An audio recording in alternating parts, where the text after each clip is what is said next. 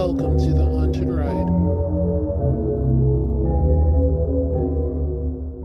Hello everyone and welcome to the Haunted Ride. I'm your host, Melissa Cummins. Thank you for joining me today. So, guys, Halloween is over. It came and went so fast, and honestly, my heart is broken. I cannot believe Halloween just this year is flying by. It's insane. But on the topic of Halloween, can we please just talk about the fact that I only had 3 kids? 3. I bought a huge bag of candy, and I had 3 kids. Instead, the candy's going to go to my coworkers when I remake them into recipes so that they'll eat them, because I'm sure other people have brought in candy. And if I just bring in candy, it's probably just going to sit there for a while. Versus if I make a dessert, then people will eat it because it's new and invented and will hopefully look pretty. But I cannot believe that we only had 3 kids. And Halloween candy is expensive. It's like $11 for a bag. I really thought I was going to have more kids. I was excited to have more kids. Look, I have my own traditions for Halloween, and I like the old school traditions of Halloween and what the holiday was really for originally. Do I want the trick-or-treaters? No. Do I think they're adorable when they're walking around? Yes, they're cute.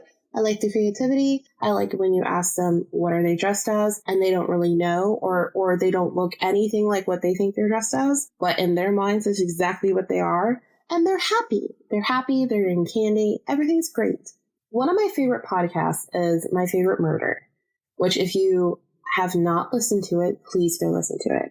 It's hilarious. It's true crime. Their stories, I love them. I love them to pieces. They're great. One of the things they said in their Halloween episode was, I believe 364 days a year, we tell our kids not to take candy from strangers. But then one day a year, we tell our kids it's totally okay. They've got a point. I've never really thought about it that way. I've always just thought it was weird. Whoever came up with this, yeah, let's go get candy from a stranger's thing was awkward. But I never really thought about it that way. And they're right. But before we get to our lovely episode, please remember to subscribe. We're on essentially everything now that I can think of. We're even on YouTube. But yeah, we're on everything. So just subscribe anywhere, follow us. We've got a Facebook group now. So yeah, just join the little circle. Join our community. And with that, also please remember to submit in your stories. If you have any, I would love to hear them. You can do that by going to thehauntedride.com or emailing at thehauntedride@gmail.com. So, on to stories. I'm going to kind of give a little bit of a teaser for this one because I don't want to go into all the details of it, but it's just kind of an FYI thing. So you know how in some movies, when there's a house that's negatively haunted and all this stuff, they always do that iconic scene with the bugs. We have that in our house. In Florida, we have palmetto bugs. I think everybody just either calls them palmetto bugs or roaches. I know there are different subspecies of bugs or whatever, but I am not a bug expert. I know nothing about them. All I know is they crawl, they fly, and they shouldn't be in my house. That's all I've got when it comes to those guys. I'm efficient in killing them. That's about it. The thing is, the house, we clean that house all the time. Everyone was obsessed with the house being clean. It didn't really make any sense. It's not like we were dirty. It's not like we had stuff lying around on the floor. I mean, they even bought me stuff to help me clean. I was taught how to fold the bed and make those perfect little corners at the end and dusting and just how important everything was. I'm not going to say that I was perfect at it, but I was taught at a young age how to do it. And so it's not like the house was ever dirty. And whenever I would ask about the fact that we had so many palmetto bugs, the response that I would get was that they came from the neighbor's house. And when the neighbor bombed their house, they came over to our house. And I mean, that kind of worked for me when I was younger, but we would set up bombs in our house and they wouldn't leave. So it was just really weird.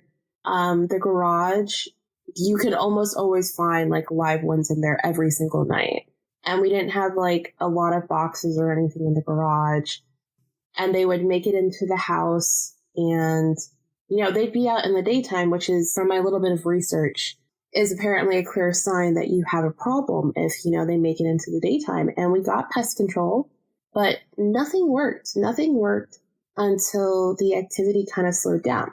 So that's the teaser, so that you guys want to come back and be like, why did the activity slow down? Oh, but I'm going to hold that back from you for now. Yeah, as I was kind of going through sort of things that happened, it kind of came to me that was a huge problem that we had. And actually, it really terrified me. Like, even now, like, I won't go to my garage at a certain time of night, and I do it because at that house, you knew if it was dark outside, you didn't go to the garage for nothing. They were always out there. And we would have that, and we'd also have water moccasins, which, again, Florida, swampland. I mean, we lived in northern Florida, but snakes are everywhere in Florida. But we had numerous occasions with black moccasins, or black water moccasins. And I have a house in Florida, and I've never had a problem with them. I never really thought it was supernatural, but I think it could have been like one of those things that just kind of lends to the undertones of that property. But now, on to an actual story.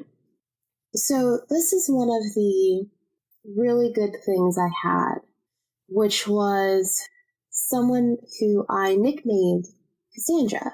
It was a shadow figure. It was a girl.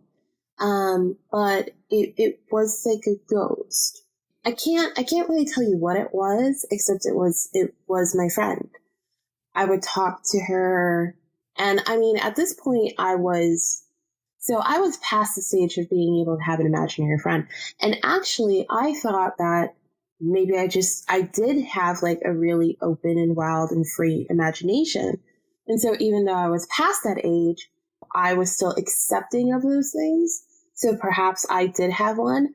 But then I found out that you cannot see your imaginary friend, which is why you know it's imaginary. And I could see her. Like, I remember this one time, she braided my hair.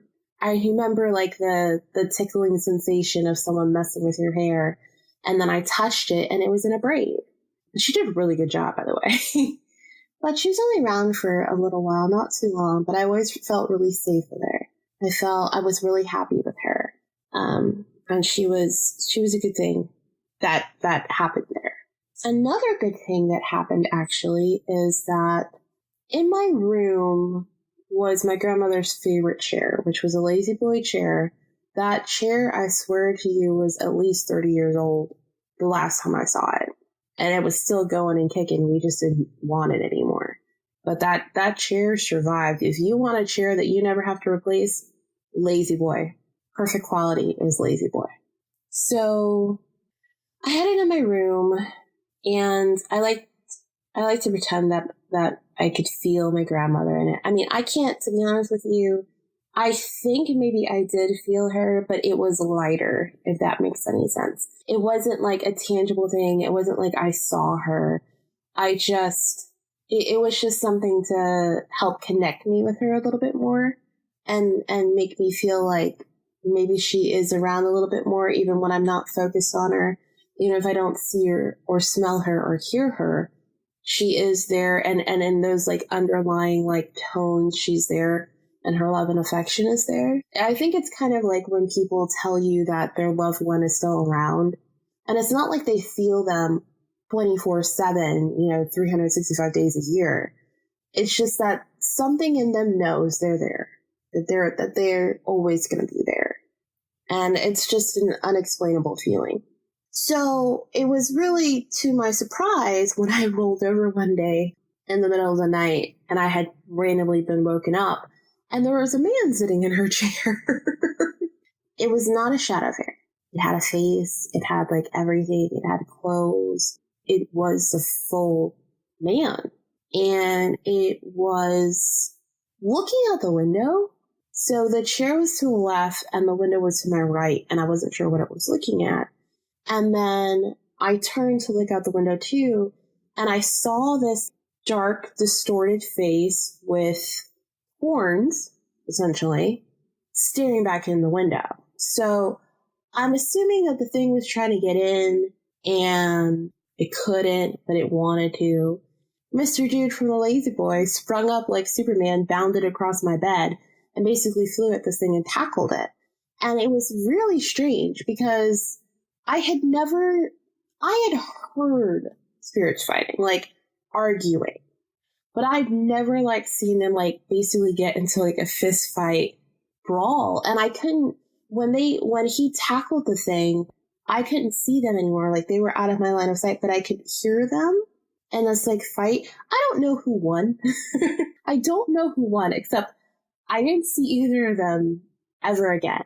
Now, I did feel like the guy was still there, but and I felt like he was there probably for maybe a week and a half, maybe, but I did not see him. I'm not really sure where he came from or why he was trying to protect me. He definitely was not a relative of mine that I knew of.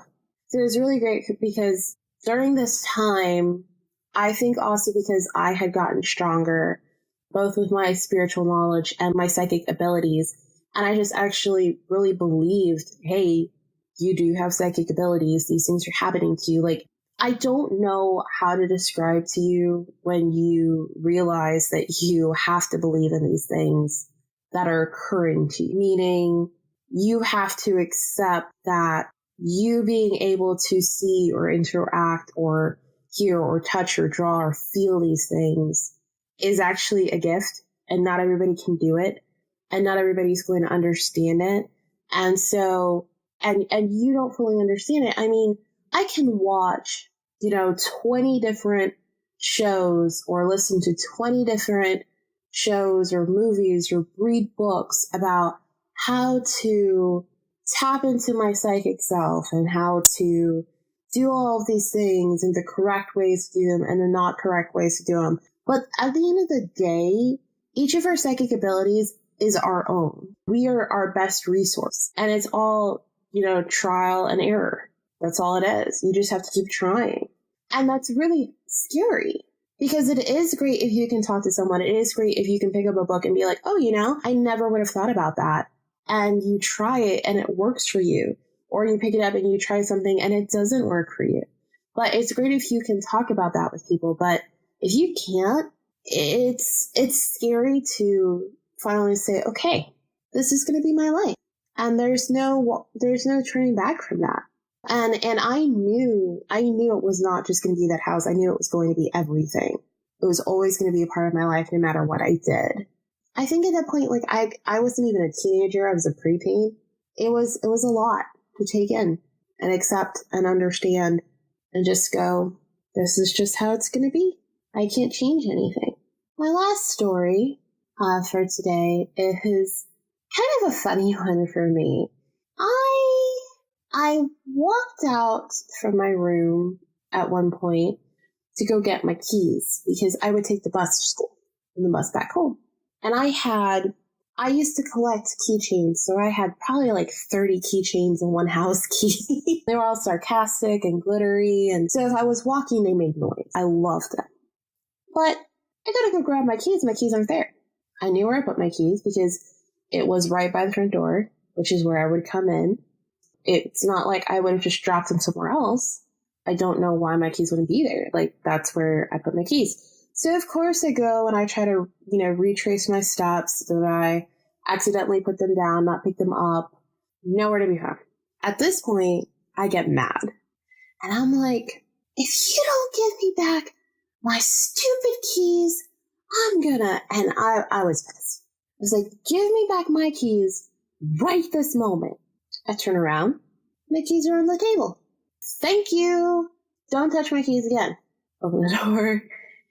Get out, lock the door, and I walk my way to school.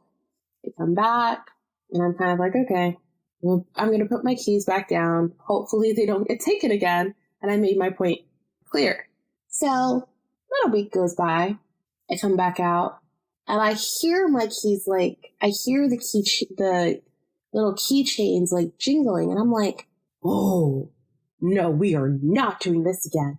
And I walk out, and I see this tiny little thing. And it basically looks like a tiny human that is slightly disfigured, has like a tarnished skin. It's basically trying to reach them, but it can't. So it's very, very small, like maybe 2 feet tall. Essentially, I decided it was a goblin. I decided that's what it was. And I was just like, seriously? So this thing turns around and looks at me like, you can see me? And I'm like, yes, I can see you. I know. You wouldn't be that surprised if you would leave my fucking keys alone. So this thing is like so confused that I can see it. And it starts like opening its mouth to speak, and I'm assuming that it spoke, but I can understand it. So finally I was just like, look, can you please just leave my keys alone? Don't touch my keys. And it disappeared. Okay, get my keys, I leave. I'm back. Above and what it was a mirror with hooks, and that's where everybody would put their keys, and underneath that there was a table with magazines and stuff like that. So when my keys were missing or put back, they were always put back on the table. But above that, there was a candle, and it was on a sconce that was in the wall, and I always thought it was the dumbest thing in the world because almost none of us could reach the candle. My dad would have to grab the candle because he was the tallest one, and even then, he had to be on his tippy toes to grab it, pull it down to light it, and put it back up. And I was just like, that's a fire hazard waiting to happen. Now, this is again a couple weeks after this key incident where I now see this thing. So I hear something kind of weird, and I come out, and the candle is essentially floating in the air. And it's like, at this point, it's not fully off of the sconce. So it had like this little needle thing that the candle then would be impaled on. So that was part of what was supposed to be the safety feature. So it was essentially like walking back and forth on that, trying to get up. And so it was floating probably about not even a full inch, but it was floating. So I see this thing, and I'm like, what in the hell? And I look, and I focus. And this was the thing, is I had to focus. If I just looked, like, to try to figure out, like, whatever, and I didn't focus, I couldn't see them. But if I really focused, and I really looked hard, and, like, opened myself up to see, then I could see them. It was the little goblin things. But this time, yeah, plural. They were basically hooked up on each other's shoulders to try to get the candle. And the candle was glittery. I then proceed to tell them to leave the candle alone, in none of the nicest terms, because I'm really tired of this bullshit, and I just want them to leave them be. And they leave, because they're startled that I can see them, and they're grumpy that I can see them, and I'm cursing them out, and I don't really think that they can understand me. But it's kind of like whenever you talk to somebody who knows more than one language or has a native language other than English, and you hear them talk and you can tell when they're pissed off. It was that tone that you didn't have to know what it was that I said. You could tell I was pissed off. They just disappeared. So the weirdest thing, realizing that they seemed to like shiny things, I went to the front yard. We had a huge tree. With the tree, I said, okay, you guys seem to like shiny things. If you can come out here and take them, I will give you something shiny, but you have to leave the things in the house alone. And like, I didn't say how often I would give them something or whatever, but every so often I'd leave a penny, a quarter, a nickel. I think I would even leave the actual key ring of my keychain sometimes. And after that, none of my stuff ever disappeared. I never had that instance happen again. I know some people are going to have a hard time with me saying they look like tiny little goblin creatures and then thinking, oh, what, do you want us to believe in goblins now? No. You can believe in it if you want to believe in it, or don't believe in it if you don't want to. I don't care. It doesn't bother me at all. But it's one of my supernatural stories. And I tell it because it happened to me. It happened in that house. It wasn't a bad experience. In all honesty, it was kind of funny. I just wish somebody else could have seen the candle thing. That would have been great. But I do know sometimes people, when you tell them that you see things that are in these shapes or these figures or whatever, they automatically think, okay, well, it's this one thing that is a spirit. It's just making itself look like that. And I don't believe that, because anything that came into that house that was a spirit or of the paranormal sort knew I could see it. That's why it came there. It knew I could see it and I could interact with it and it could interact with me. There was never any surprise where these things were honestly surprised, which was outside. I don't think it was something that came through the portal. I think that it was something that could travel of its own accord and for whatever reason, decided, hey, I'm going to pop in here. Let's see what I can take. And then got caught in the middle of it. I think that's all really it was, and no matter what it is a supernatural and it is a paranormal story. So with that, I hope you guys have a great day. Please remember to subscribe. Please submit your stories at thehauntedride.com or thehauntedride@gmail.com. And I will talk to you guys next week, Wednesday. Have an awesome week. Take care, guys. And don't let the ghost get you. Bye.